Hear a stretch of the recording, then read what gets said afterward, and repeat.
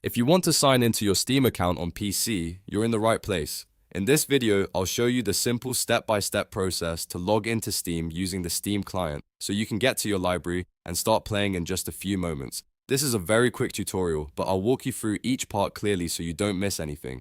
If this helps you, make sure to hit the like button and subscribe for more easy software and gaming tutorials just like this. Alright, let's get started. First, open Steam on your computer. You can do this by clicking the Steam icon from your desktop, your taskbar, or by searching for Steam in your Start menu.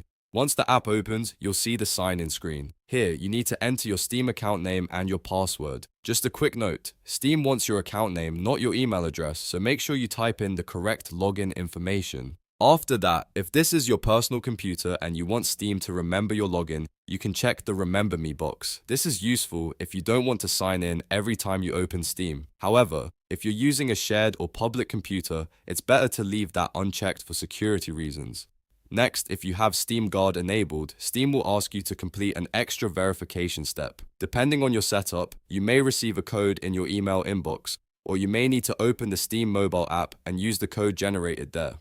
This adds an extra layer of protection to your account, so even if someone has your password, they still can't get in without the code. Once you've entered the Steam Guard code, double-check everything to make sure it's correct, then click Sign In. Steam will verify your details and log you into your account. If everything is entered correctly, you'll be taken straight to your Steam library where you can browse your games, install updates, launch titles, and manage your account. And that's it. You've successfully signed into your Steam account on PC. It really only takes a minute once you know where everything is. If this tutorial helped, don't forget to like this video and subscribe for more simple how-to guides. Thanks for watching, and I'll see you in the next one.